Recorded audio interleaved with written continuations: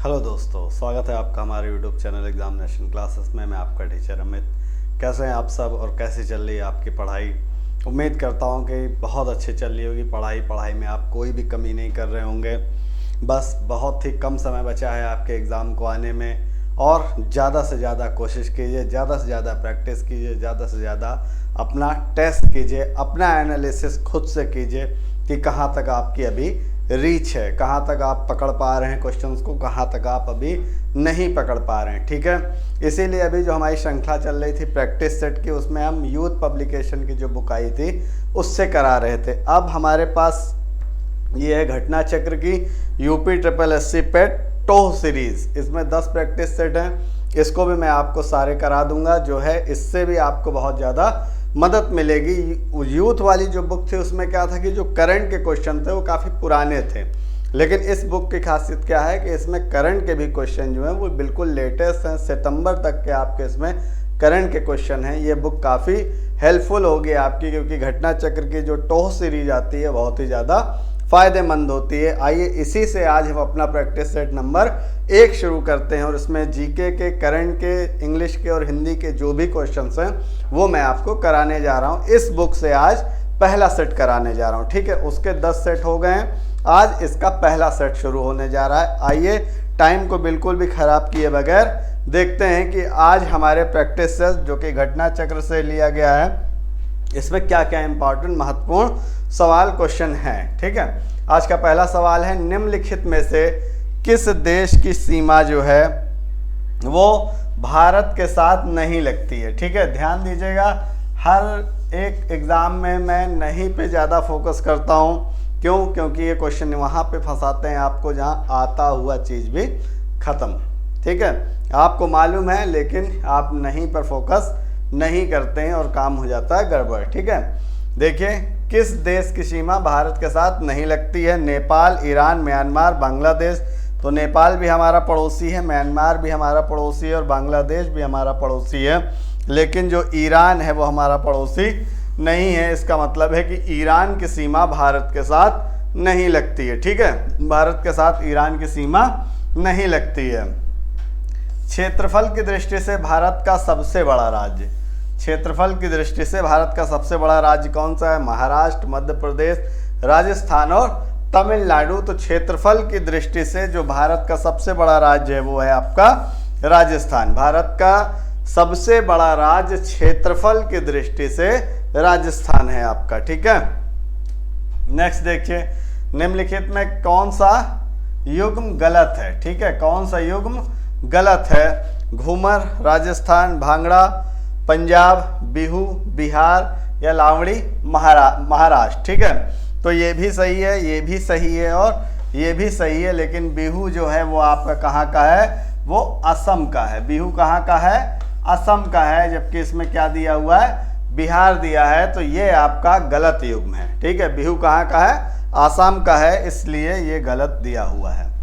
निम्नलिखित में से कौन सा पुरस्कार साहित्यिक कार्य के लिए दिया जाता है? अर्जुन पुरस्कार, अशोक चक्र, व्यास सम्मान या गीता चोपड़ा पुरस्कार। तो जो आपका व्यास सम्मान होता है ये साहित्यिक क्षेत्र में दिया जाता है। ठीक है, साहित्यिक कार्य के लिए दिया जाता है क्या? आपका व्यास सम्मान। ठीक है, अगला देखिए, अंतर्राष्ट्रीय योग दिवस प्रतिवर्ष किस दिन मनाया जाता है? 21 मई, 21 जून, 25 मई या फिर 25 जून। तो ये वेल नोन आंसर है कि 21 जून को हमेशा हर वर्ष जो है वो अंतर्राष्ट्रीय योग दिवस मनाया जाता है। ठीक है, विश्व खाद्य कार्यक्रम संयुक्त राष्ट्र की खाद्य सहायता शाखा, इसका मुख्यालय कहाँ है? ब्रुसेल्स में, न्यूयॉर्क में, पेरिस में या फिर रोम में? तो जो आपका बच्चे विश्व खाद्य कार्यक्रम संयुक्त राष्ट्र की खाद्य सहायता शाखा है इसका मुख्यालय आपका कहाँ पर है? इसका मुख्यालय आपका रोम में है। कहाँ पर इसका मुख्यालय? रोम में है। ठीक है, अगला देखिए, the man who made a elephant dance, ये बुक का नाम है, ये आत्मकथा है। प्रसिद्ध, किस प्रसिद्ध उद्यमी की आत्मकथा है? घनश्याम दास बिरला की, डॉक्टर वर्गीस कुरियन, मुकेश अंबानी या फिर रतन टाटा? तो ये किसकी है? ये डॉक्टर वर्गीस कुरियन की है। ये किसकी आत्मकथा है? डॉक्टर वर्गीस कुरियन की आत्मकथा है।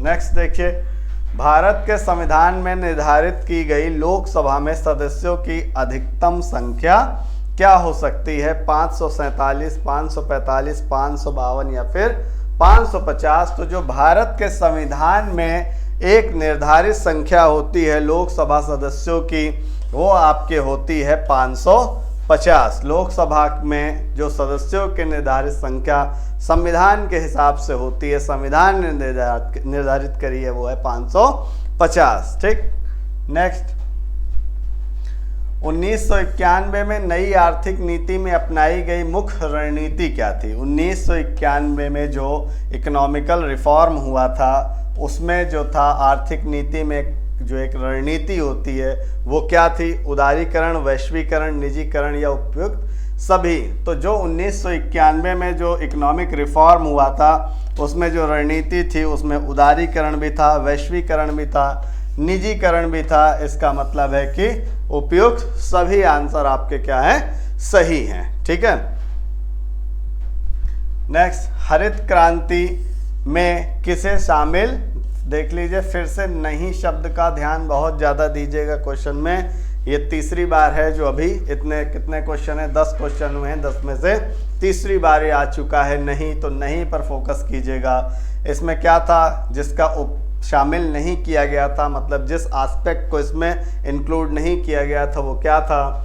गांव के सड़कों के सुधार को, बीजों के अधिक उपज देने वाली किस्मों को, सिंचाई के अच्छी तरह से विकसित प्रणाली के उपयोग को, खेती में उन्नत तकनीक के उपयोग को।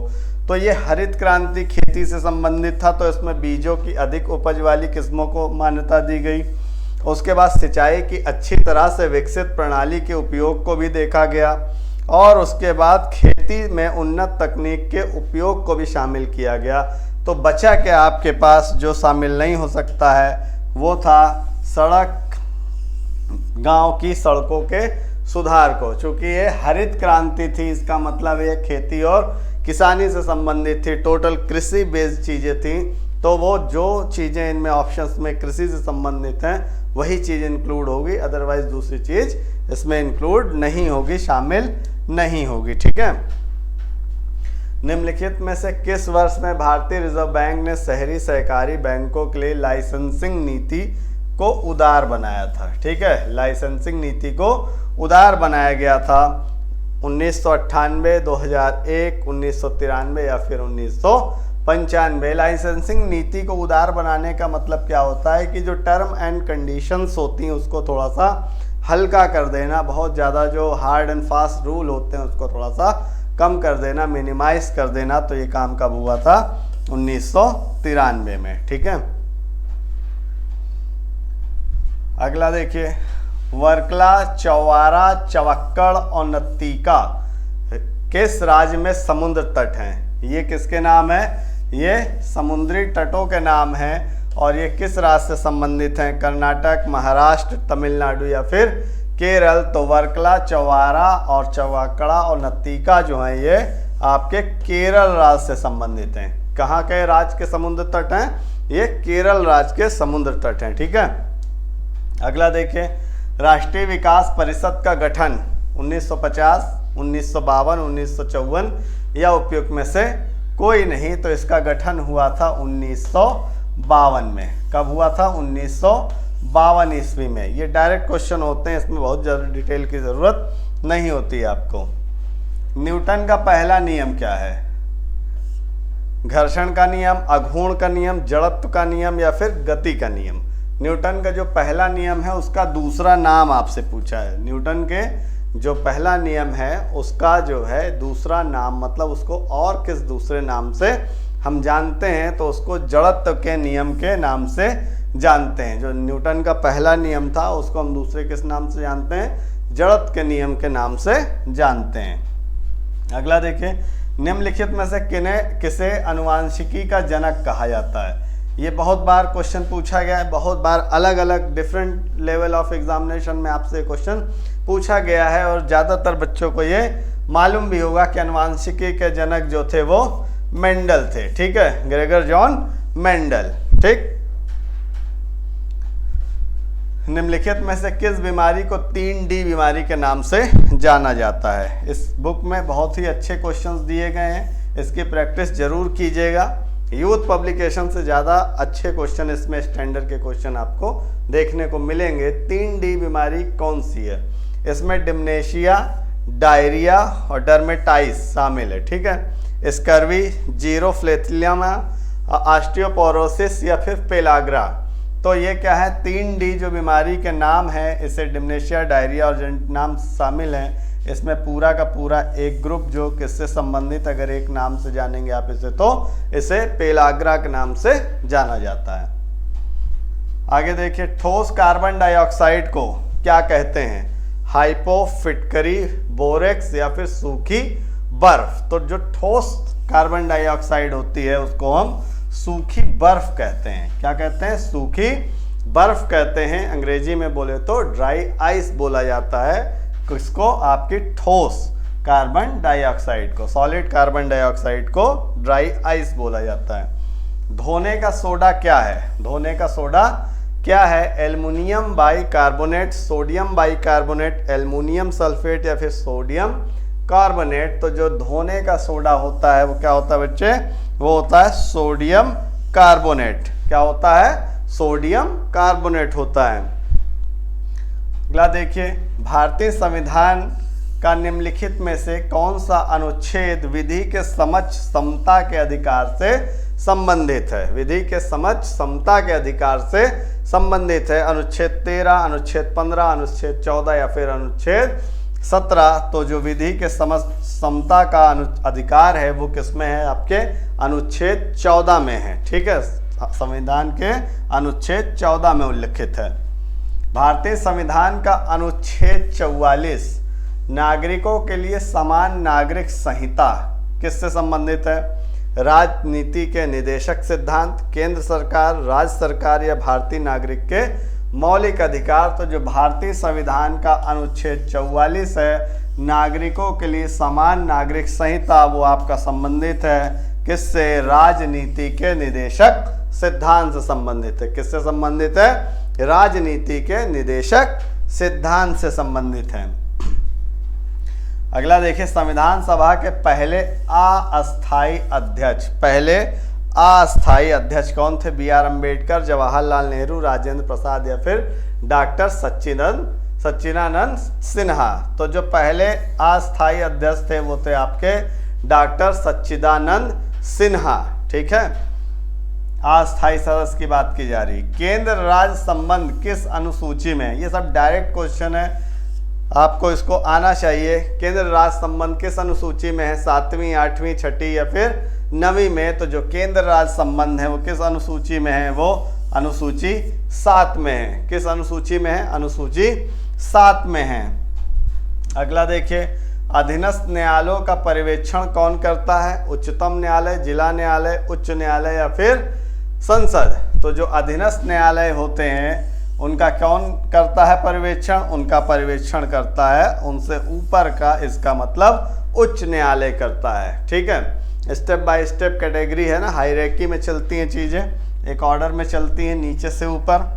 सुभाष चंद्र बोस ने फॉरवर्ड ब्लॉक की स्थापना किस वर्ष की थी? 1936, 1937, 1938 या फिर 1939 में। तो जो सुभाष चंद्र बोस थे उन्होंने फॉरवर्ड ब्लॉक की स्थापना करी थी 1939 में। कब करी थी? 1939 में करी थी। किसके बाद महात्मा गांधी ने असहयोग आंदोलन वापस ले लिया था? ये क्वेश्चन भी बहुत इंपॉर्टेंट है और बहुत बार क्वेश्चन पूछा जा चुका है अलग अलग एग्जामों में कि किसके बाद महात्मा गांधी ने असहयोग आंदोलन वापस ले लिया था। चौरी चौरा की घटना, गोलमेज सम्मेलन, बंगाल विभाजन या फिर जलियांवाला बाग हत्याकांड। तो जो आपका चौरी चौरा की घटना हुई थी उस घटना के बाद महात्मा गांधी ने असहयोग आंदोलन अपना वापस ले लिया था, ठीक है। किसके बाद महात्मा गांधी ने ले लिया था? रिपीट हो गया है क्वेश्चन, फिर से देखिए। स्वराज पार्टी का गठन की असफलता के बाद क्या हुआ?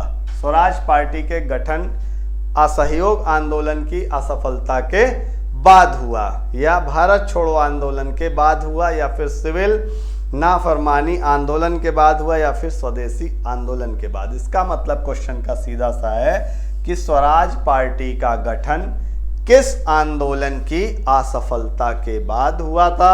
तो स्वराज पार्टी का गठन असहयोग आंदोलन की असफलता के बाद हुआ था। ठीक है, क्वेश्चन भी आप ध्यान से पढ़िएगा।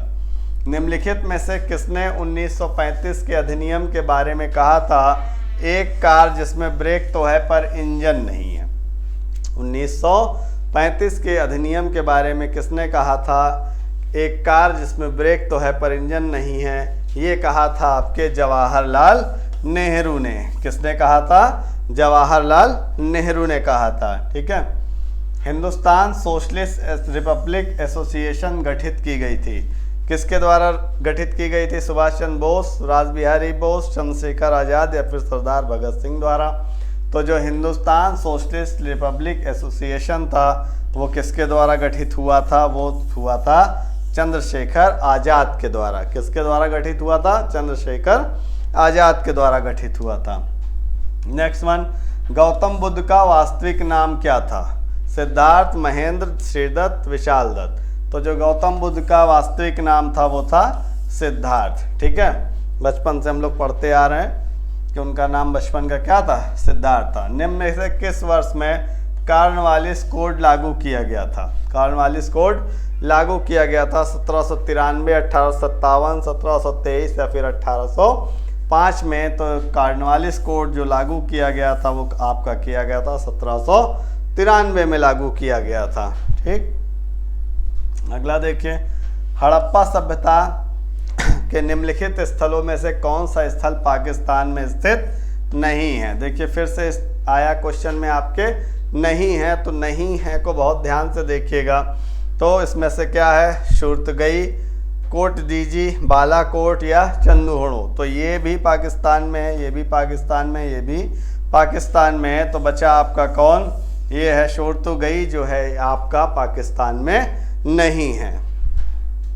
नेक्स्ट वन, किस स्तंभ शिलालेख में समुद्रगुप्त की उपलब्धियां अभिलिखित की गई जो अपनी विजय के लिए नेपोलियन ऑफ इंडिया के नाम से जाने जाते थे? ठीक है, समुद्रगुप्त को क्या कहा जाता था? Napoleon of India. ठीक है, भारत का नेपोलियन।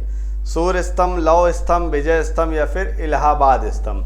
तो ये जो इलाहाबाद स्तंभ शिलालेख था इसी में समुद्रगुप्त की उपलब्धियां अभिलिखित की गई थी और इसी में इसको क्या कहा गया है? नेपोलियन ऑफ इंडिया, मतलब भारत का नेपोलियन। ठीक है, भारत का नेपोलियन। तो इसमें इलाहाबाद स्तंभ आपका जो है वो सही आंसर हो जाएगा। शिवाजी का जन्म कब हुआ तथा उन्होंने छत्रपति की उपाधि कब धारण करी? तो शिवाजी का जन्म जो हुआ था वो 1627 में हुआ था। ठीक है, शिवाजी का जन्म कब हुआ था? 1627 में हुआ था और उन्होंने छत्रपति की उपाधि जो हासिल करी थी या धारण करी थी वो 1674 ईस्वी में धारण करी थी। ठीक है, शिवाजी का जन्म कब हुआ था? 1627 में हुआ था और शिवाजी छत्रपति की जो उपाधि थी उन्होंने 1674 में धारण किया था। निम्नलिखित में से किस भारतीय राज्य में उत्तर पूर्वी मानसून के कारण अक्टूबर और नवंबर के दौरान वर्षा होती है? उत्तर प्रदेश, महाराष्ट्र, तमिलनाडु या मध्य प्रदेश? किस राज्य में होती? किस भारतीय राज्य में होती है? तो ये आपके तमिलनाडु में होती है। किस भारतीय राज्य में होती है? तमिलनाडु में होती है। अगला देखिए, रेगिस्तानी क्षेत्र में किस प्रकार की वनस्पति समान रूप से पाई जाती है? हर्बेशियस, झाड़ी, बेलें या फिर वृक्ष? तो जो रेगिस्तानी एरिया होता है वहाँ पे आपको सिर्फ क्या देखने को मिलेगी? झाड़ी झंकाड़ ही देखने को मिलता है।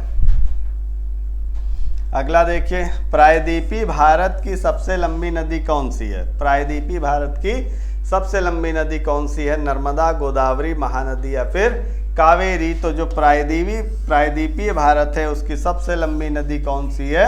गोदावरी है। ठीक है, प्रायद्वीपीय भारत की सबसे लंबी नदी कौन सी है? गोदावरी है। निम्नलिखित युग्मों से कौन सा युग्म पहाड़ी दर्रों के संदर्भ में सही है? बोमडिला हिमाचल प्रदेश, नाथुला अरुणाचल प्रदेश, लिपू लेक उत्तराखंड और रोहतांग जो है सिक्किम? इसमें से कौन सा आपका सही है? तो आपका जो लिपू लेक है ये उत्तराखंड में है, इसलिए ये जो युग्म बना हुआ है ये एकदम सही है, ठीक है। बाकी तीनों जो है वो गलत है। किस शहर, भारतीय शहर को भारत का मैनचेस्टर कहा जाता है? गुवाहाटी, चेन्नई, कोयम्बटूर या अहमदाबाद? तो भारत का मैनचेस्टर किसको कहा जाता है? भारत का मैनचेस्टर कहा जाता है अहमदाबाद को। भारत का मैनचेस्टर किसे कहा जाता है? अहमदाबाद को कहा जाता है। नेक्स्ट, हरित क्रांति की जन्मस्थली क्या है? पंतनगर, बेंगलोर, कानपुर या फिर दिल्ली? भारतीय हरित क्रांति की जन्मस्थली कौन सी है? तो ये है आपकी पंतनगर है। भारतीय हरित क्रांति की जन्मस्थली कौन सी है? पंतनगर है, ठीक है।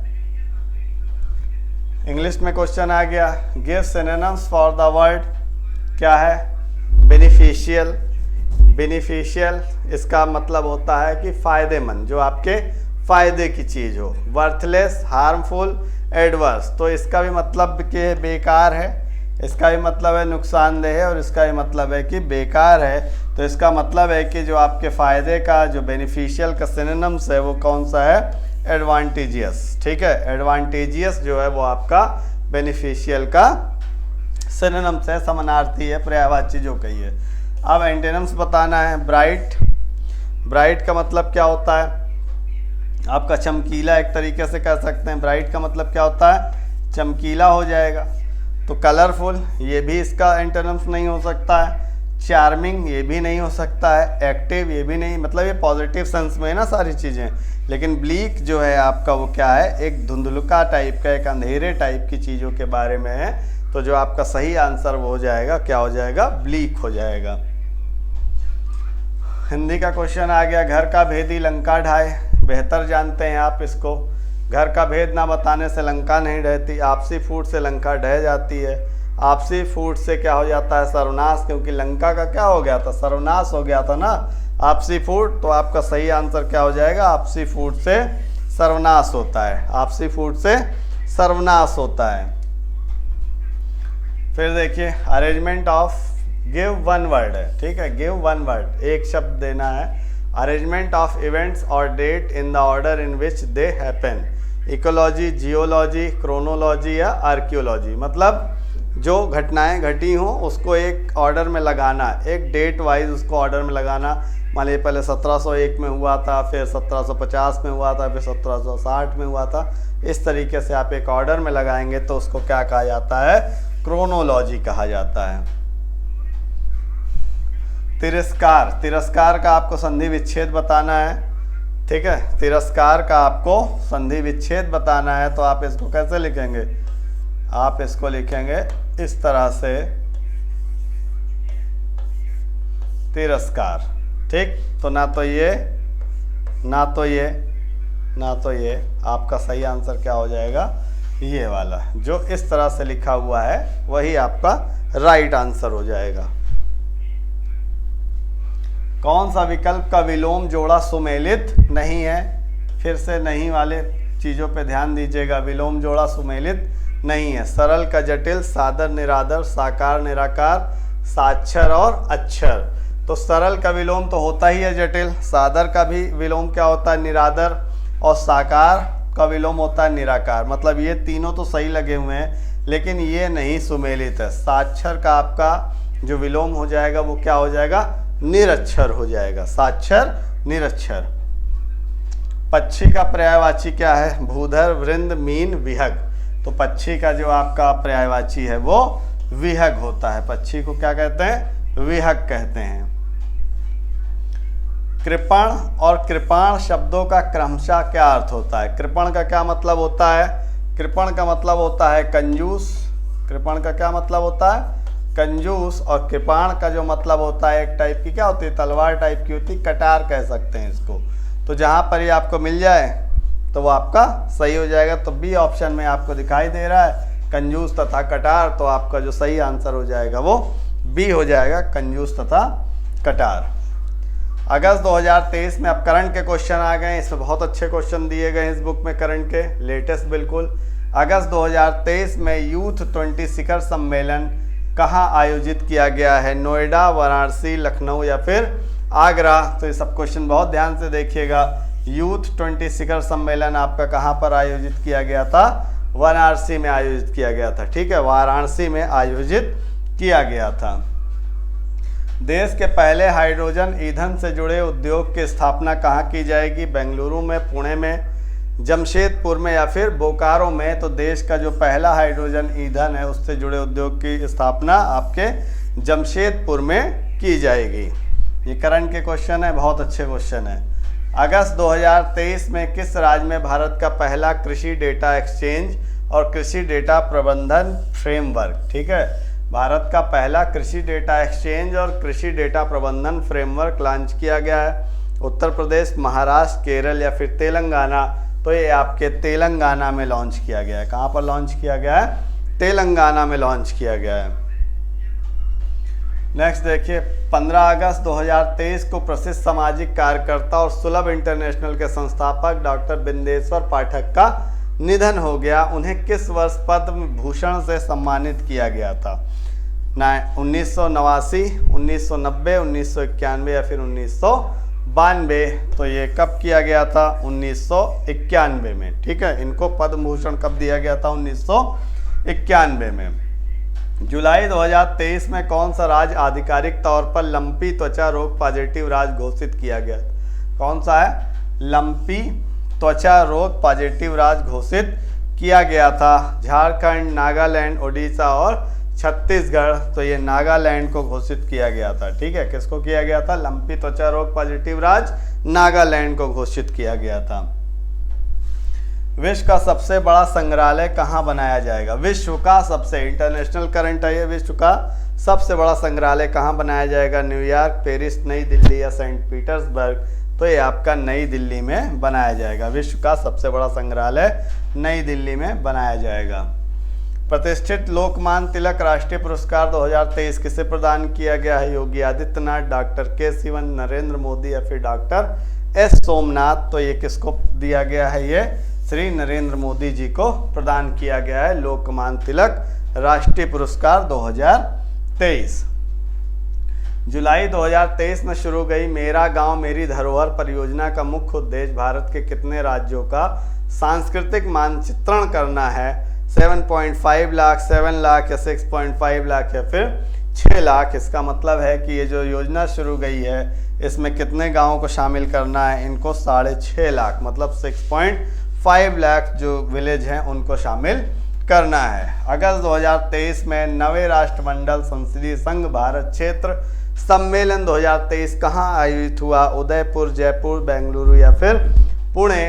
तो ये आपका कहाँ पर सम्मेलन हुआ, कहाँ आयोजित हुआ? ये उदयपुर में हुआ है। ठीक, नेक्स्ट क्वेश्चन, ये आज का लास्ट क्वेश्चन है। जून 2023 में किस राज्य के पुलिस विभाग द्वारा राज्य में अपराधियों और माफियाओं से निपटने हेतु ऑपरेशन कन्विक्शन नामक की पहल शुरू की गई है? हरियाणा, मध्य प्रदेश, झारखंड, उत्तर प्रदेश। तो ये कहाँ पर शुरू किया गया है?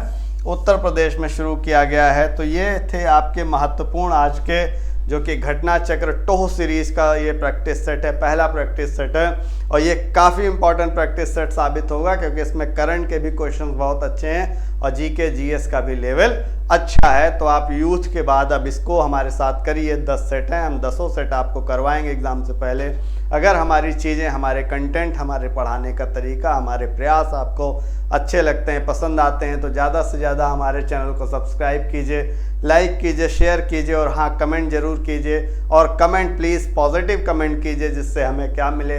एक पॉजिटिव रीइंफोर्समेंट मिले और हम और आगे आपके लिए अच्छी अच्छी चीज़ें लेकर के आएँ। आपका दिन शुभ हो। Thank you.